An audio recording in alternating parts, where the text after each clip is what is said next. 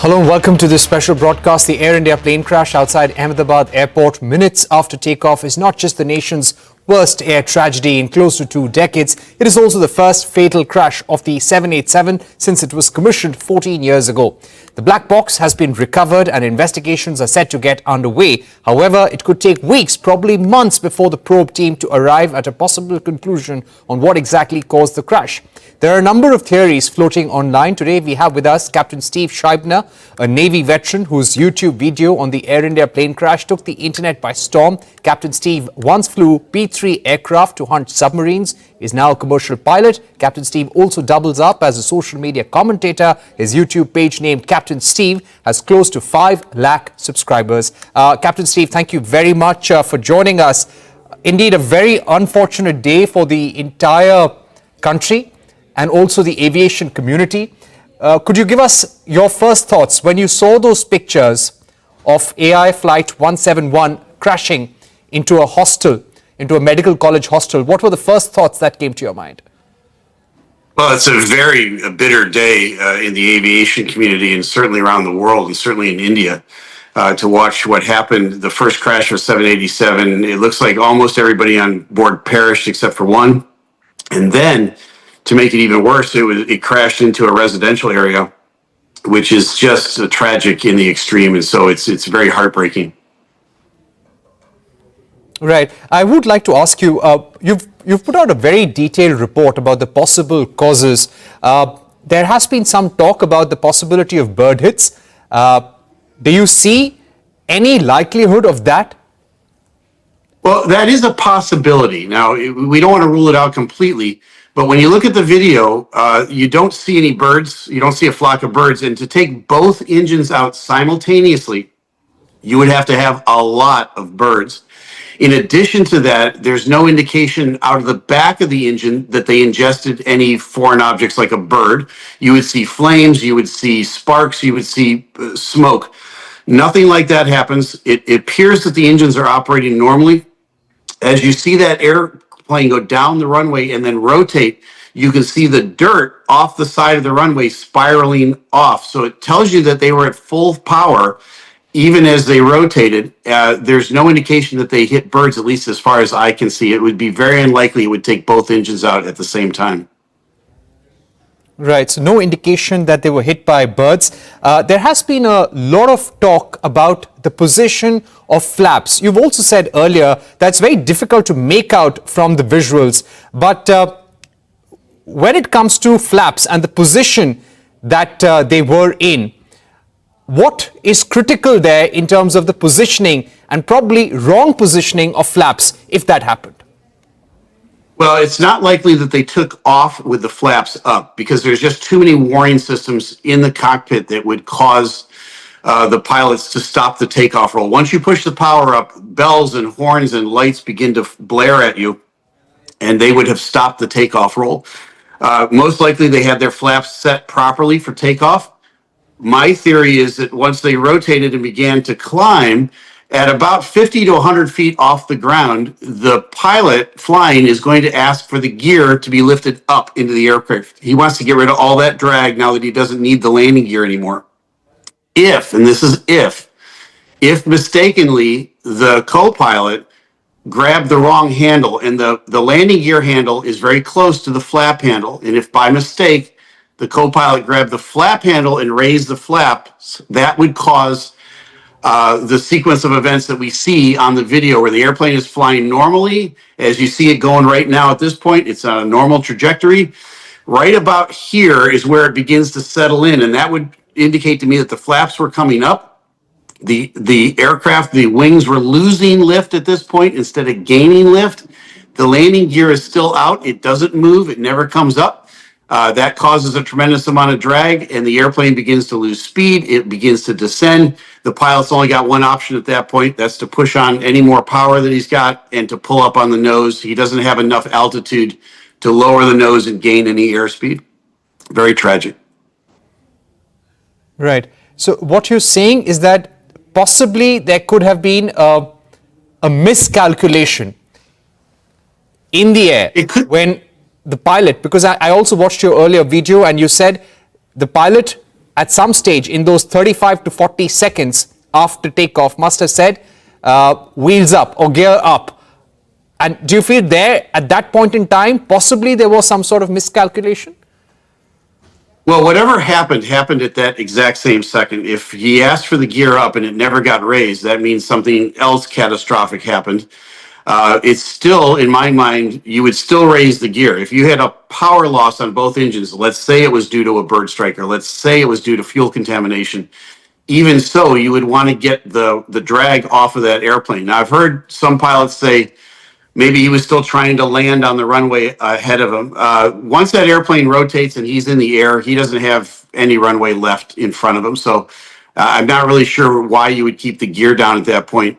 In my mind, the most plausible understanding is that it was a mistake, and I hope it wasn't. I hope it was something else. Sadly, whatever it was that happened, it's not going to bring those people back. That's for sure. But it could have been very easily a mistake by the co-pilot. Right. In terms of some of the issues that need to be looked at, fuel contamination is one that some experts have spoken about, but the fact is there are very high level of checks that happen. So would you rule that out completely? It's very unlikely it was fuel contamination for a couple of reasons. One is the fuel vehicles that they use to load the fuel into the airplanes are very sophisticated. I've flown a lot out of Delhi, and the machines they have over there are the state-of-the-art machines. They detect even a drop of water or any contamination in the fuel, and they shut themselves off immediately when there's any contamination detected at all. So it's very unlikely that that was the case. The amount of contamination that you would have to flame out both engines at the same time would be extreme, and they would have noticed it as they pushed the power up on the takeoff roll while they were still on the runway. Those engines would have begun to sputter and stall even before they took off, and there's no indication that that is taking place. They rotate at a normal speed, at a normal nose angle. It looks like everything is fine until about 300 feet of altitude. Right. Now, going forward, of course, the black box, the voice recorder, the cockpit voice recorder, the data recorder, they will be examined thoroughly by authorities, and a final report will take many months, and it could take about a year as well. But what I would like to ask you immediately, what are some of the questions that authorities need to address and check with Boeing, with GE, with the staff on ground, with Air India? I think the first thing I would want to know if I was doing the investigation was where were the flaps set for takeoff, and was there any warning given to the pilots that the flaps weren't in the right position? If the flaps were set properly for takeoff and they got to rotate, and next were the engines both producing the appropriate amount of power, now the next thing is, what did the flap handle get moved that changed the configuration of the wing? If none of that happened, it's a head scratcher. But there's going to be some indications here, I think, probably very early on in the investigation as to what exactly happened, because that airplane lost lift at about 300 feet, and it lost so much lift that it couldn't remain airborne. And that is what took place. Now, whether it was because of a power loss or a flap reconfiguration, it's going to be one of those two.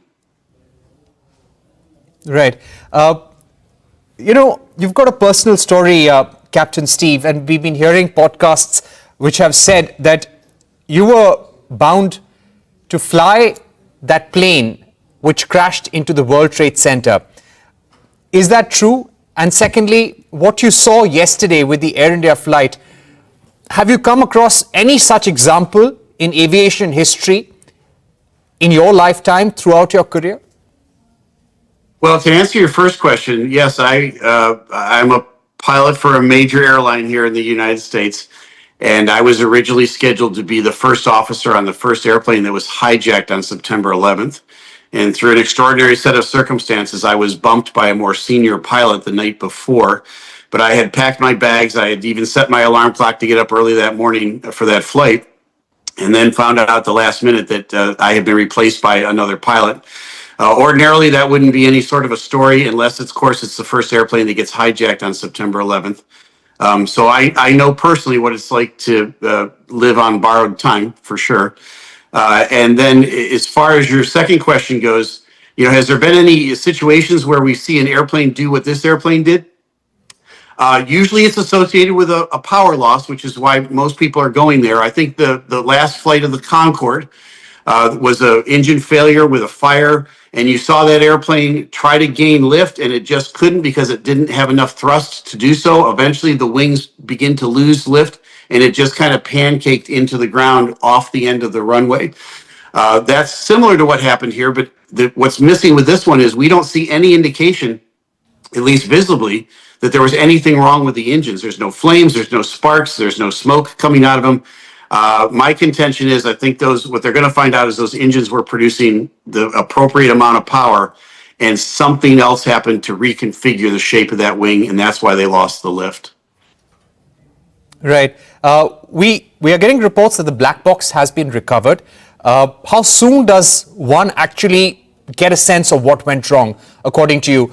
One is a stated response that we are hearing that to go through details of the data recorder, there are thousands and thousands of data points. It takes very long to come to a conclusion. Then you have a voice recorder which can probably instantly tell you what went wrong. So by when do you expect authorities to have a picture? Well, I would think that the authorities would know fairly quickly. If any of my theories are correct, they'll know almost right away. If it's something more nuanced or it's something more complicated than that, then it might take some time. Again, that's on their side of the fence. I'm not sure, how forthcoming they are with things immediately. They certainly want to be accurate with it, that's for sure. The general public is eager for information. So if I was investigating this, I would be slow and deliberate and say, look, we want to get this right the first time. We don't have to make any corrections down the road. So I would think a preliminary report would come out within a week from now would be reasonable. It'll be all right. I would also like to ask you, we're not hearing of the Boeing fleet being grounded, but there are certain additional questions that the DGCA is asking. And I'm just going to read out some points from the order, and you could possibly help us understand what this means. The government has ordered enhanced safety inspection of the Boeing 787 fleet of Air India. They've said that there has been an accident, and as a preventive measure, the DGCA, which is the Aviation Regulator India, hereby directs Air India to carry out additional maintenance actions on the B787 aircraft equipped with the Gen X engines with immediate effect. And this includes one-time check before departure of flight, inspection of fuel parameter monitoring, inspection of cabin air compressor, electronic engine control system test, engine fuel driven actuator operational test and oil system check, serviceability check of hydraulic systems, review of takeoff parameters, flight inspection to be introduced and transit inspection till further notice, power assurance checks to be carried out within 2 weeks, closure of maintenance action based upon the review of repetitive snags during the last 15 days on the B787-89 aircraft at the earliest, and the report of the above checks is to be submitted to the DGCA for review. So they're not grounding the fleet, but what do all these additional checks and maintenance and service measures mean to you? Well, I think the system works very well in that regard, and here's why. They're not going to ground the fleet, but they're going to do an extensive check on every single 787 out there. And that's important. So they're going to look at every possible thing that could have gone wrong. That's very thorough. That's very necessary. But it's something that I think the aviation community does better probably than any other community. When there's a crash like this, it gets everybody's attention, and for good reason. And it's not something to be, swept under the carpet or just pushed aside. It's something where they're going to stop, basically slow down, take a look at this every 787 to make sure it wasn't something that we missed, and certainly to make sure that it's something that doesn't ever happen again. Captain Steve, what does this really mean in terms of the reputation of Boeing and GE, the questions that will be raised before them globally, not just in India? Well, I think it's been a difficult time for Boeing for sure. They've been in the news for not some of the best reasons, but at the same time, you have to look at the product that they put out. I've flown Boeing my entire life. I love love Boeing airplanes. They are very intuitive, very well built. And when you think about the thousands and tens of thousands of flight hours and flights that take place every day around the planet, you hear very few issues with airplanes. Unfortunately, when it goes bad, it goes really bad. And then it makes the news all the way around the globe, rightfully so. And then they take it very seriously and make the corrections that they need to. Boeing is on their way over there. I know that for sure. I think with our NTSB is coming over to assist with the investigation. And they'll get to the bottom of this. And if they need to, they will make changes. This won't be something that gets political and they say, you know, we don't want to talk about it. They will make the changes necessary if anything needs to get changed to make sure that this doesn't happen again. Right. Going forward, what are some of the precautions that aviation regulators, especially in India, will have to take? Well, I think that the two obvious things would be make sure that the fuel is not contaminated, and not that we think that that was the main culprit, but it is a possibility. The second is to make sure that the reporting about bird activity is up to date and accurate, and the pilots have the best information out there so that they don't fly potentially into a flock of birds. I don't think personally it was either one of those things. And then there may be some training coming down the road. It's hard to say. I think the first and most important thing is do a thorough investigation into the airplanes, an examination and inspection. Make sure that there's nothing physically or mechanically wrong with the 787 fleet. And then beyond that, we're going to have to wait for those initial reports to come out to tell us and give us more clarity on exactly what happened. And Captain Steve, you've flown the 737 MAX. Could you give us a sense about the record of 787 Dreamliner? It's often known as the workhorse, with a strong record as well. I did not fly the 737 MAX. I know a bunch of 737 MAX pilots. I flew the 757 and 767.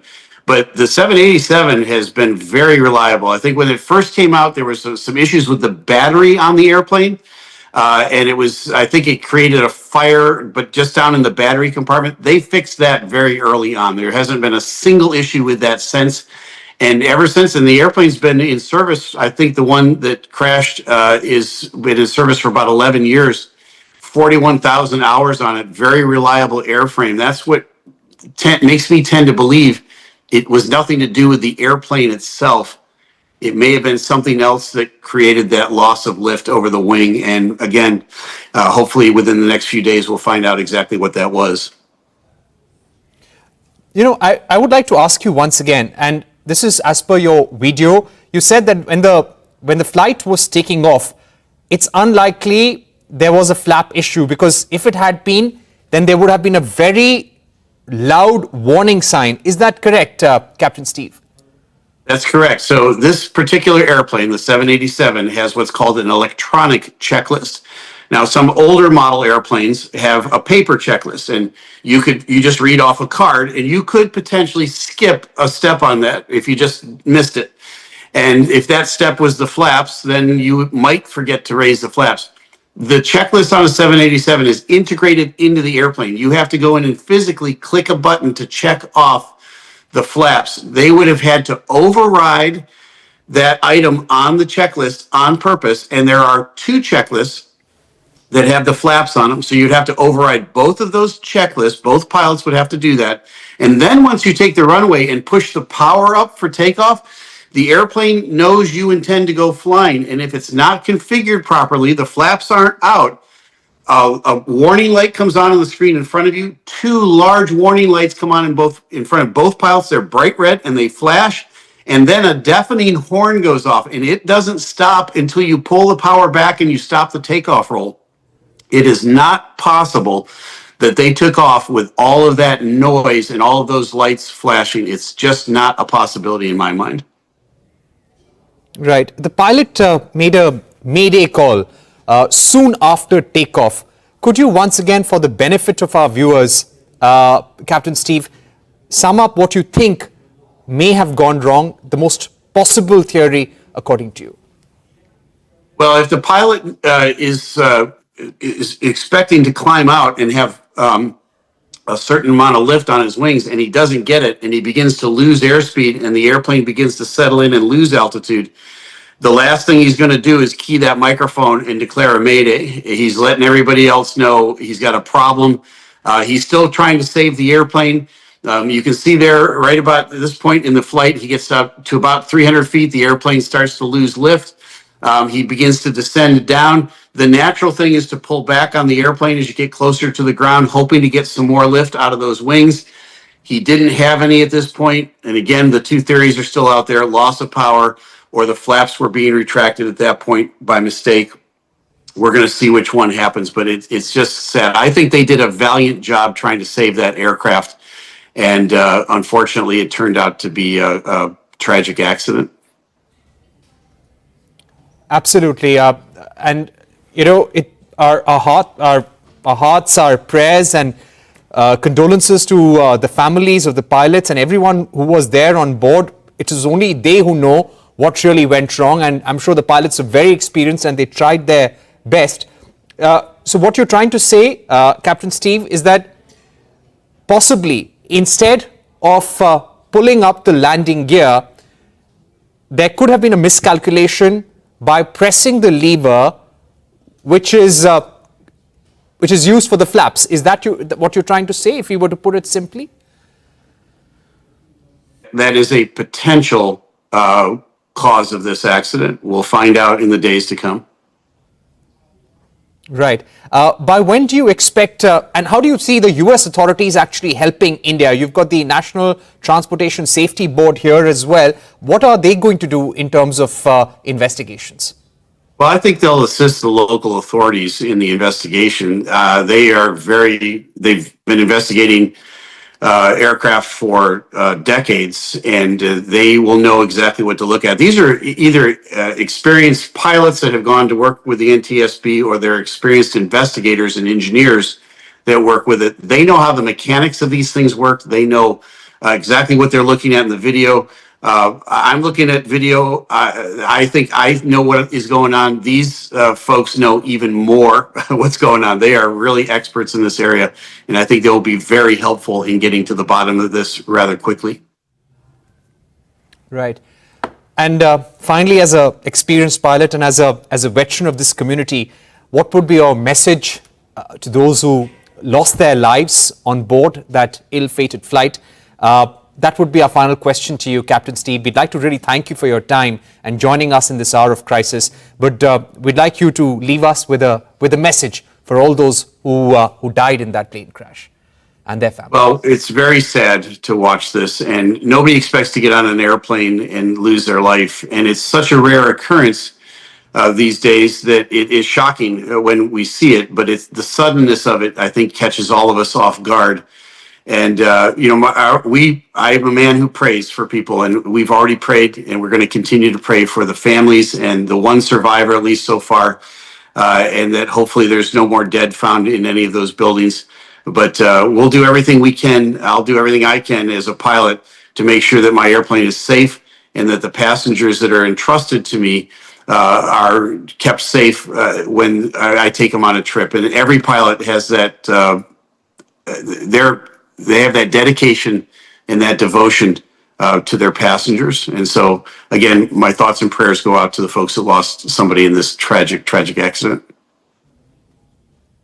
Right. Captain Steve, thank you very much for joining us with that perspective on what possibly may have gone wrong on board that flight. Of course, a lot of questions will be answered by authorities in the days to come. With that, it's a wrap on this special broadcast. Thank you for watching. Goodbye.